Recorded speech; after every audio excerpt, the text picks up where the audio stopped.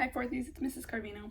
In the last video we talked about how to measure your angles, but I want to talk to you about how to actually draw angles using any degrees that they give you. So the very first thing that you need is a ruler and a protractor.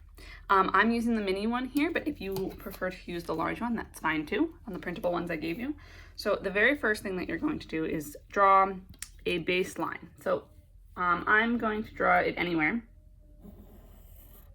using my ruler, and I'm going to make it a ray because we know angles are two arrays that meet at a vertex. And I'm going to draw my vertex. So there is my ray with a vertex. And now I have to be a little bit more strategic. I have to look at what degree, what size, what measurement of angle I'm trying to draw. So let's say I want to draw an angle that is 75 degrees. Now I can't just draw it willy-nilly. I have to take my protractor here, and I'm going to line it up with my bottom line as if I was measuring it, but I'm actually going to be drawing it. So I'm going to line up with the bottom line here. There we go. And now if I want 75 degrees, I'm going to count up till I get to that 75 degrees. And now remember what I taught you in the last video is that if your ray is pointing in this direction, you're going to start with 0 in that direction. So I'm going to be using the 0 one here, which is the inner numbers. So I'm going to count up to 75 using my inner numbers.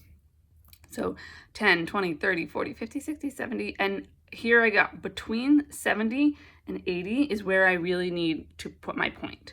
So between 70 and 80, I'm going to put a point at 75.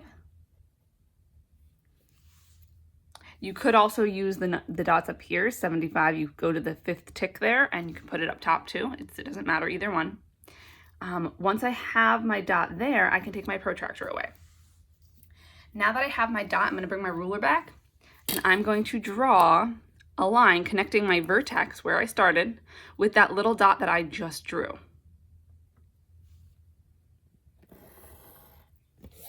There you go. And now I'm going to put an arrow on it because I know that my angle always has rays, so my ray has to have an arrow in one direction.